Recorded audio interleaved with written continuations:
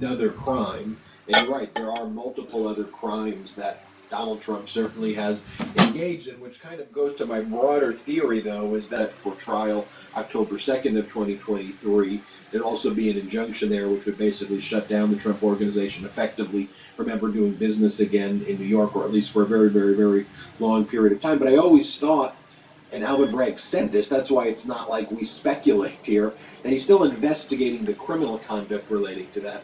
And what he can file, once he files this, is what's called the superseding indictment. And I do think at some point in time you will see a superseding indictment with those. A playmate who also similarly claimed that she had sex with Donald Trump maybe one time, like Stormy Daniels, and for which she was paid $150,000 direct from the publisher of the National Enquirer, a friend of Donald Trump's. The only difference here is that instead of paying the National Enquirer directly to Stormy Daniels, they used an intermediary in Michael Cohen, the fixer at the time, the in-house person at the time for Donald Trump, who coordinated it with Stormy's lawyer and made the payment that way. But they had to set up they have to find ways to make Trump have his fingerprints on this from a criminality standpoint.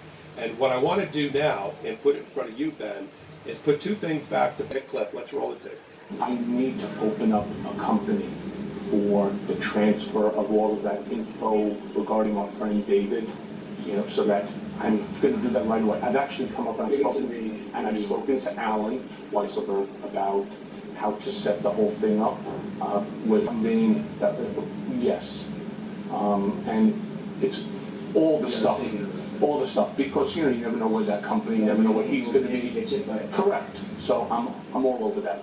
And I spoke to Alan about it when it comes time for the financing, which will be. What financing? We'll have to pay you. So no. I got no. Hey, no. How are you?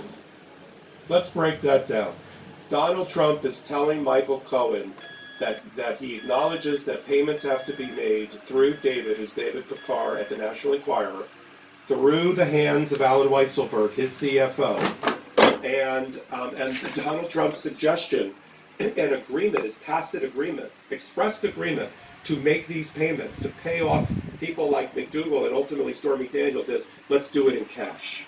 So there's no record. And Michael Cohen says to him, no, not cash. And ultimately,